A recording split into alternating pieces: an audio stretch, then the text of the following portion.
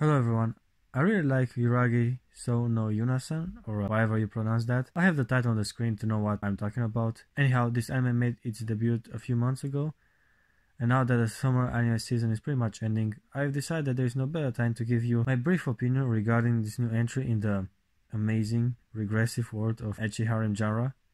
Along with How Not to Summon a Demon Lord, this show was part of the naughty fanservice titles that are being released with great consistency and care every anime season. This year has been pretty naughty with shows like Darling in the Franxx, Citrus, Killing Bites, High School DxD Hero, and now this. Yuragi-san or Yuuna-san, or Yuuna of the Yuragi manner. First things first, let's talk about the main character, arguably the most important aspect when it comes to any anime title, and yet mostly neglected when it comes to the ecchi genre. The protagonist of the story is neither a letdown or a protege. He is this typical nice guy that's overpowered and has more restrained behavior towards others. This is the new trend in the anime world, hence the examples I have now on the screen. Anyhow, our main character gets the job done and is overall a likable guy that appreciates the hot babe buffet in front of him.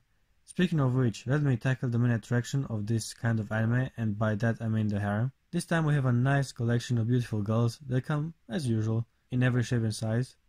Hell, the main love interest is even no longer from the land of the living. She's a ghost. Which very much reminds me of Das Maiden of Amnesia. Similar concept, but more horror, less fanservice, and a way lamer main character. In our story, the protagonist is an exorcist that got a cheap room at the hot springs. Little did he knew that he will have to share this room with a ghost and spend his days surrounded by spirits and otherworldly phenomena. The strength of this anime is within the well-developed and interesting goals that orbit the main character.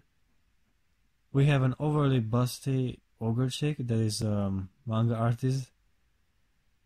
Then the landlord, which is a spirit of fortune. We also have some cat girl possessed by some cat god or something. Anyhow, I love me some cat furries, so I paid extra attention to our tailed waifu.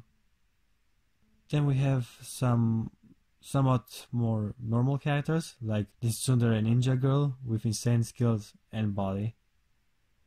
And let's not forget about the cliché classmate that is overwhelmed by the out-of-the-ordinary events that occur during this show.